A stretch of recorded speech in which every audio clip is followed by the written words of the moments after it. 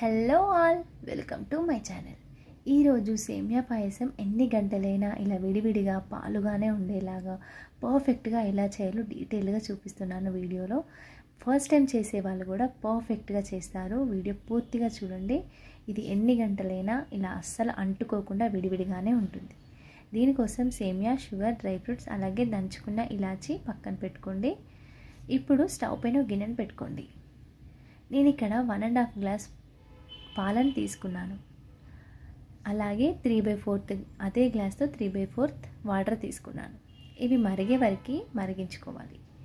ఇవి మరిగేలోపు మనం dry fruits fry చేసుకోవాలి. దానికోసం స్టవ్ పైన ఒక కడాయి పెట్టి 1 స్పూన్ నెయ్యిని వేసుకోండి. నెయ్యి ఎక్కువ వేసుకునే వాళ్ళు వేసుకోవచ్చు. నేను ఇక్కడ తక్కువ నెయ్యి యూజ్ చేస్తున్నాను. అలాగే డ్రై ఫ్రూట్స్ ముందుగా కాజు వేసుకోండి. ఇది కొంచెం ఫ్రై అయితే సరిపోతుంది. వెంటనే ఇందులో కిస్మిస్ వేసుకొని ఫ్రై చేసుకోండి. మంట లో ఫ్లేమ్లోనే పెట్టాలి. కంటిన్యూగా కలుపుతూ ఫ్రై చేసుకోవాలి. అప్పుడే పర్ఫెక్ట్గా ఫ్రై అవుతాయి డ్రై ఫ్రూట్స్. ఇలా డ్రై ఫ్రూట్స్ ఫ్రై అయిన తర్వాత తీసి పక్కన పెట్టుకోండి. మీకు నచ్చిన డ్రై ఫ్రూట్స్ కూడా ఎక్స్ట్రా యాడ్ చేసుకోవచ్చు.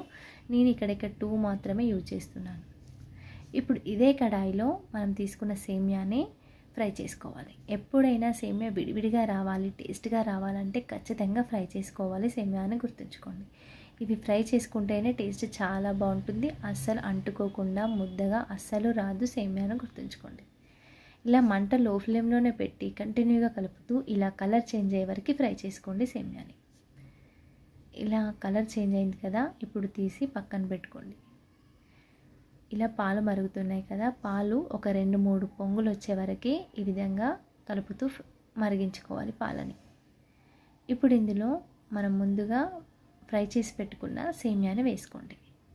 సేమియా వేసేటప్పుడు మంట లో ఫ్లేమ్లో పెట్టుకోండి, లేదంటే వేడికి పైనకి పొంగుతుంది. ఇలా వేసుకొని అడుగు వరకు ఎలాంటి ఉండలు లేకుండా ఈ విధంగా కలుపుకోండి. దీనిపైన మూత పెట్టి ఉడికించుకోవద్దు, పాలు పొంగిపోతాయి. ఈ విధంగా మూత లేకుండానే ఉడికించుకోవాలి సేమియా మొత్తం. ఇలా బాగా మరుగుతూ ఉంటుంది కదా, ఈ విధంగా మరిగే వరకు, అది ఉడికే వరకు మరిగించుకోండి పాలని. ఈ పాలల్లో సేమియా మరిగి టేస్ట్ చాలా యమ్మీగా ఉంటుంది. ఈ విధంగా మరిగింది కదా, ఇలా ఒకసారి చూసుకోండి. ఒక 50% ఉడకాలి. ఇది మరీ సాఫ్ట్గా కూడా ఉడకొద్దు, ఇలా జస్ట్ కట్ అవుతే సరిపోతుంది.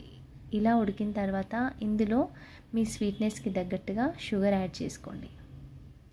నేను ఇక్కడ ఒక 2 టేబుల్ స్పూన్స్ వేసుకుంటున్నాను. షుగర్ తక్కువనే వేసుకున్నాను నేను. మీకు నచ్చితే ఎక్కువ వేసుకోండి.